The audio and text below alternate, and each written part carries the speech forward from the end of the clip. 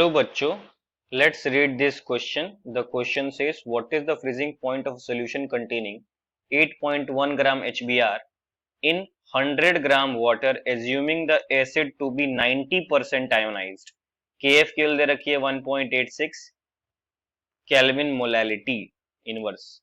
Answer है option में 0.85 degree Celsius, 0 degree Celsius, -3.5 degree Celsius, -0.35 degree Celsius. इस question का जो की कॉन्सेप्ट है वो बेस्ड है कि हमको पता होना चाहिए colligative property is directly proportional to I, और आई वर्सेस अल्फा भी पता होना चाहिए। अल्फा क्या होता है? Degree of dissociation. लिख दे रहा हूं मैं, ये होता है डिग्री ऑफ डिसोसिएशन।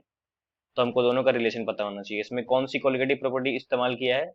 तो डेल्टा टी एफ। तो डेल्टा टी एफ की जो वैल्यू हो जाएगी, ये हो जाएगी आई into K F into M. M हो जाएगा मोलैलिटी। तो मोलैलिटी का फॉर्मूला क्या होता है? तो ये होता है i into K f. Molality होता है weight of B divide by molar mass of B into weight of A into 1000। यहाँ पे ए क्या है?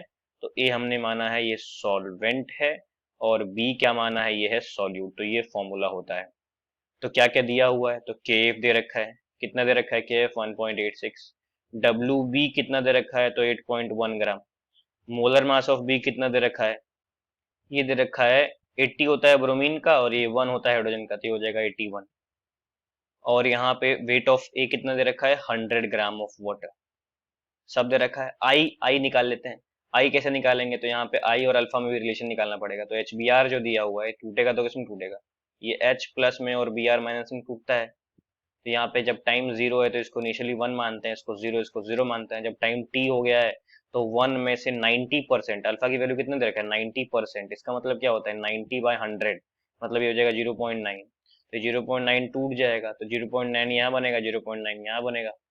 तो आई की वैल्यू कितनी हो जाएगी? ये हो जाएगी final moles divided by initial moles.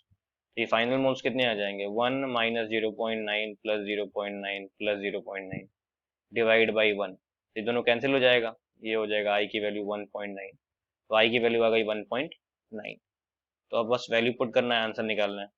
तो आई की वैल्यू रख दी 1.9, के एफ कितना रख दिया है? 1.86, डब्ल्यू बी हो गया 8.1, ये हो गया 1000, और ये हो गया हमारे पास 81 मोलर मास, और वेट ऑफ बी कितना हो गया? 100।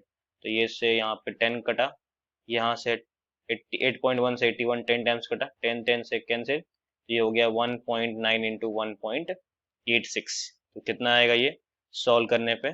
3.53 आ रहा है। तो ये हो रहा है 3.53 आंसर आ रहा है। तो यहाँ पे बोल रहा है कि फ्रीजिंग पॉइंट कितना होगा सोल्यूशन का। तो देखिए, ये डेल्टा टी एफ की वैल्यू हो गई। जो हमको निकालना था, क्या हमको निकालना था? डेल्टा टी एफ नहीं, टी एफ निकालना था।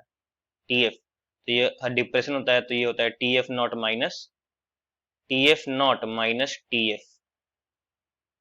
तो टी एफ हमको निकालना है, तो टी एफ की वैल्यू हो जाएगी हमारे पास, टी एफ नॉट तो जीरो होता है, तो हो जाएगा माइनस में 3.53। ऑप्शन नंबर सेकंड क्या हो जाएगा? करेक्ट हो जाएगा। I hope you got the answer. Thank you and best of luck.